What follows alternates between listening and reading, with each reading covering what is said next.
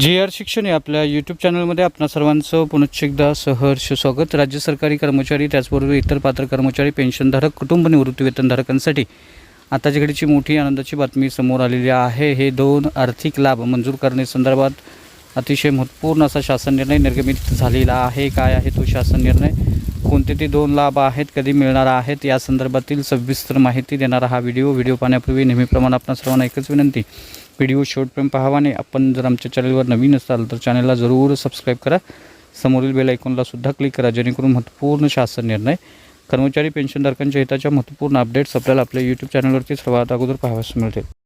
जसे की आपण स्क्रीनवर पाहताय, राज्य सरकारी कर्मचारी, इतर पात्र कर्मचारी, पेन्शनधारक, कुटुंब निवृत्ती वेतनधारकांना महागाई भत्ता 3% वाढ जी आहे ते 1 जुलै 2024 पासून देण्यासंदर्भातला शासन निर्णय निर्गमित झालेला आहे। पेन्शनधारकांचा शासन निर्णय जो आहे तो येत्या काही 2 दिवसांमध्ये निर्गमित होणार आहे, परंतु हे दोन्हीही शासन निर्णय फेब्रुवारी एंडला निघाल्यामुळं फेब्रुवारी महिन्याच्या वेतनामध्ये याचा लाभ मिळणार नाही, तर मार्च पेड इन एप्रिल पगारासोबत महागाई भत्ता 3% वाढ सोबत 8 महिन्याची थकबाकी कर्मचारी पेन्शनधारकांना मार्च पेड इन एप्रिल पगार पेन्शनसोबत मिळणार आहे।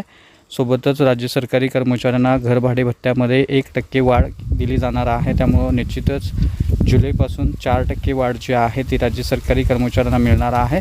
पेन्शनधारकांचा महागाई भत्ता 3% वाढ जी आहे ती त्यांना मिळणार आहे आणि 8 महिन्याची थकबाकी देखील मिळणार आहे। त्यामुळे निश्चितच मार्च पेड इन एप्रिल पगारासोबत 8 महिन्याची थकबाकी आणि नियमित महागाई भत्ता 3% जो आहे राज्य सरकारी कर्मचाऱ्यांना प्लस 1% घरभाडे भत्ता वाढ ही जी आहे ती मिळणार आहे। त्यामुळे निश्चितच ही अतिशय महत्त्वपूर्ण आणि आनंदाची बातमी आहे असं आपल्याला म्हणता येईल। तर हा होता अतिशय महत्त्वपूर्ण व्हिडिओ, महत्त्वपूर्ण बातमी। अशाच महत्त्वपूर्ण बातम्यांच्यासाठी पुढच्या महत्त्वपूर्ण शासन निर्णयासाठी चॅनलला सबस्क्राईब करा, व्हिडिओवर लाईक करा, शेअर करा। धन्यवाद।